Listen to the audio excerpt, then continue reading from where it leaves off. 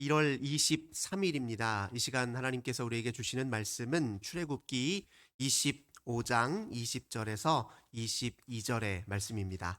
제가 봉독해 드리겠습니다.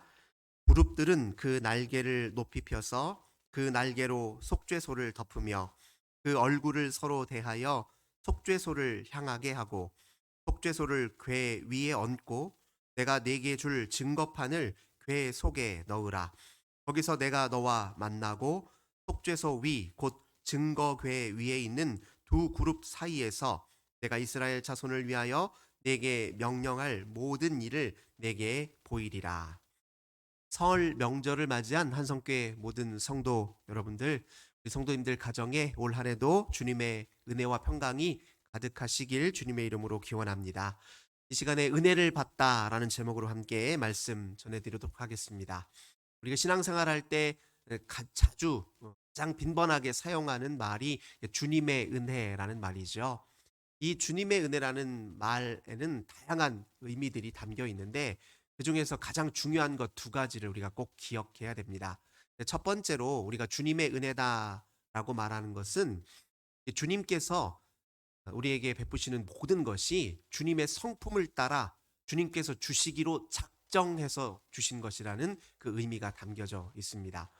그러므로 이제 은혜라고 하는 것은 보상이나 시상과는 이제 전혀 다른 차원의 것입니다. 보상은 우리가 행한 일에 대한 대가를 의미하잖아요. 우리가 뭔가를 잘했기 때문에 그 보상으로 하나님께서 우리에게 은혜를 주시는 것이 아닙니다. 우리가 뭐 잘난 것이 있어서 이쁜 구석이 있어서 하나님이 우리를 칭찬해 주시려고 주님이 은혜를 주시는 것도 아닙니다.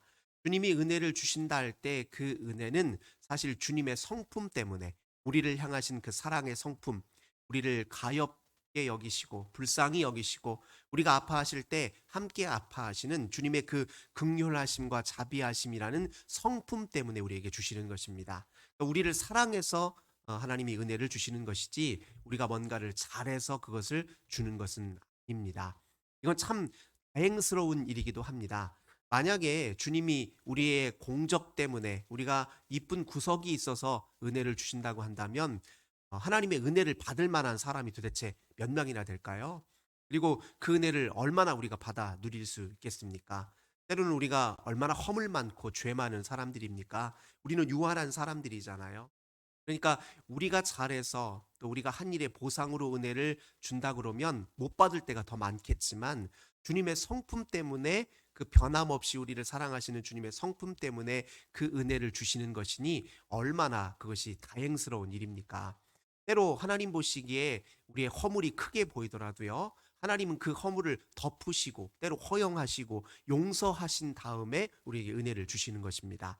오늘 우리가 함께 읽었던 이 본문은 증거궤 그리고 그 증거궤를 덮는 뚜껑의 역할을 하는 속죄소에 관한 묘사가 등장하는데요.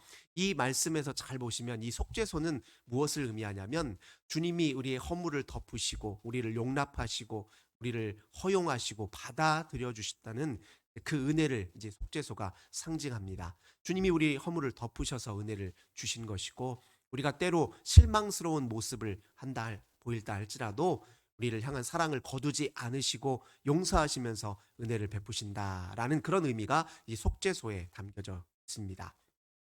두 번째로 우리가 주님의 은혜라는 말을 이렇게 서로 이야기할 때 거기에 담겨져 있는 중요한 뜻이 있는데요. 우리가 주님의 은혜라고 한다면 그건 우리가 스스로 쟁취하거나 또 만들어낼 수 없는 차원의 것을 주님이 주신다는 그런 의미가 담겨져 있습니다.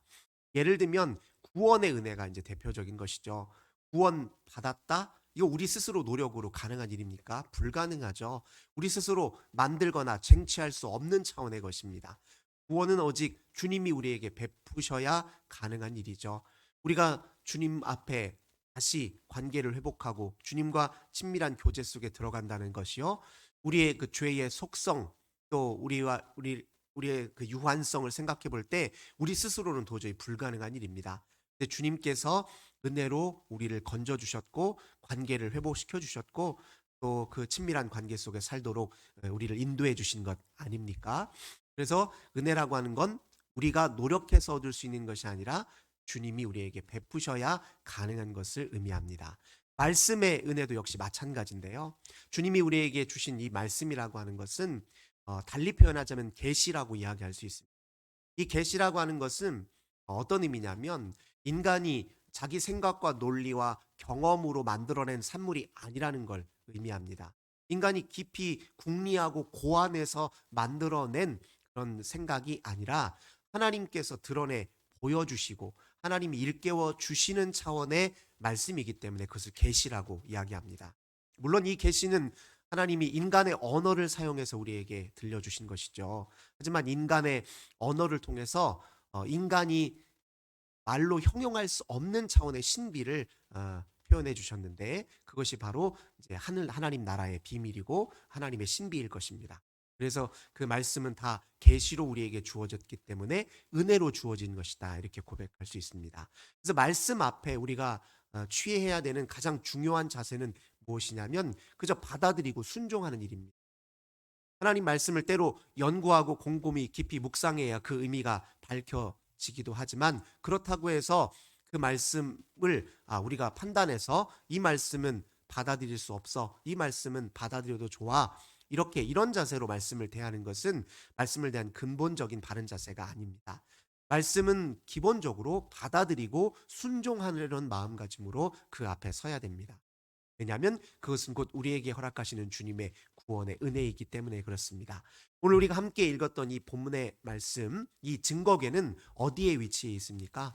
지성소에 위치해 있어요. 이 지성소는 하나님의 영광스러운 거룩한 임재의 자리이죠. 근데 이 증거궤 속에 무엇이 있습니까? 하나님의 율법이 담겨져 있는 십계명이 담겨져 있는 돌판이 그 안에 있지 않습니까? 이 말은 곧 하나님은 말씀을 통해서 우리에게 임재하신다는 걸 상징합니다. 우리가 계시로서의 그 말씀을 온전히 받아들이고 순종하려는 자세로 그 앞에 서는 순간 그 말씀을 통해 주님 우리 가운데 임하시고 역사하시고 우리를 주님이 기뻐하시는 복된 삶으로 인도하신다는 것을 이 증거궤가 상징적으로 보여주고 있는 것입니다. 이런 맥락에서 우리가 주님의 은혜를 받다 이렇게 생각할 때 그 은혜라고 하는 것은 주님이 우리를 사랑하시기 때문에 주는 것이고 주님이 우리가 스스로 만들 수 없는 고안할 수 없는 우리가 쟁취할 수 없는 그것을 하나님이 선물로 주셨다는 사실을 우리가 마음에 깊이 새겨야 될 것입니다. 올 한 해 이 주님의 은혜가 우리 성도 여러분들에게 충만하시기를 그래서 이 은혜 때문에 여러분의 삶에 날마다 기쁨과 감사와 찬송이 넘치시기를 주 예수님의 이름으로 간절히 기원합니다. 기도하겠습니다. 복되고 좋으신 주님 감사드립니다. 설 명절을 맞이해서 온 가족 식구들 함께 모처럼 모여 사랑의 교제를 나눕니다. 그 가운데 우리 성령님 임하여 주옵소서. 주님의 은혜를 부어 주시옵소서. 저희들을 불쌍히 여기셔서 저희 인생에 꼭 필요한 은혜를 부어 주시되 무엇보다 말씀의 은혜를 부어 주시옵소서. 저희들 삶에 부딪히는 모든 문제와 장애들을 다 극복하고 뛰어넘을 수 있는 지혜의 말씀을 우리 온 가족 식구들에게 들려주셔서 그 말씀을 아버지 디딤돌 삼아 올 한 해 우리에게 복되고 아름다운 열매 풍성히 맺게 하시고 모든 행하는 일 가운데 주님의 놀라운 신비가 드러나도록 축복하여 주옵소서. 우리 귀한 가정 식구들 한 사람 한 사람 주 앞에 날마다 겸손하게 서서 주님의 은혜를 가슴에 깊이 담아 주님과 함께 승리하는 삶 살 수 있도록 은혜 내려 주옵소서. 주 예수님의 이름으로 간절히 기도하옵나이다. 아멘.